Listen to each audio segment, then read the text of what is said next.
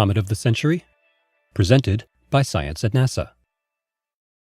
Out near the orbit of Jupiter, a faint speck of light is moving through the black of space. At first glance, it doesn't look like much, no brighter than 1,000 distant stars speckling the velvet sky behind it. Indeed, it takes a big telescope to make out that it's a comet. But what a comet it could turn out to be.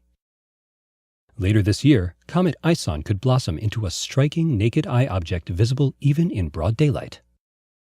Comet Ison is a sungrazer, explains Carl Badams of the Naval Research Lab. The orbit of the comet will bring it very close to the Sun, which we know can be a spectacular thing. Russian astronomers Vitaly Nevsky and Artyom Novichenok found the comet in September 2012.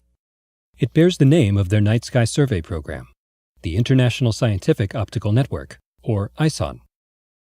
As 2013 unfolds, the comet is still very far away, near the orbit of Jupiter. That's why it looks like a speck.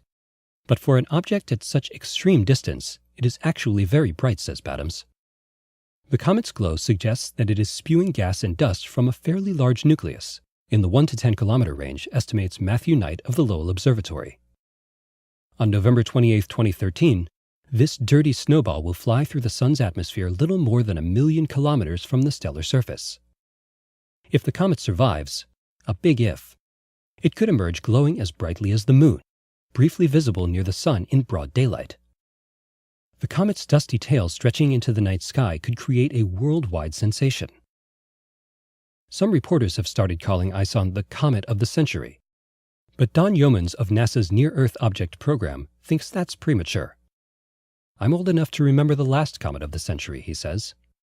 In 1973, a distant comet named Kohoutek looked like it would put on a great show, much like Ison. The actual apparition was such a letdown that Johnny Carson made jokes about it on The Tonight Show.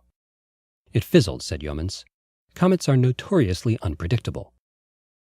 Comet Ison has the potential to live up to the hype, but it also has the potential to do nothing, agrees Badams. One hazard is the Sun. Solar radiation can affect a comet's trajectory, and gravitational effects have been known to destroy comets. A recent example is Comet ME.ALL, which broke apart and dissipated in 2011 as it approached the Sun. ME.ALL, however, was a much smaller comet. A better comparison, perhaps, is Comet Lovejoy, which flew through the Sun's atmosphere in 2011.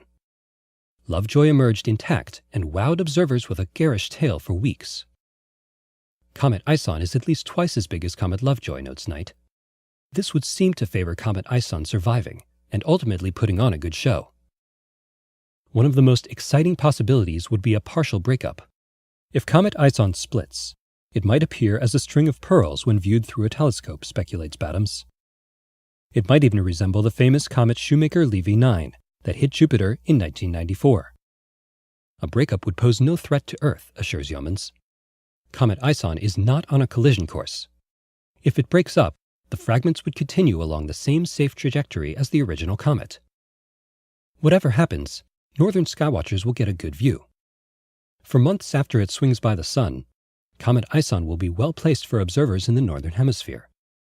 It will pass almost directly over the North Pole, making it a circumpolar object visible all night long. Will Comet Ison fizzle or sizzle? The answer will be plain to see. For more news about Comet Ison and other visitors from deep space, stay tuned to science.nasa.gov.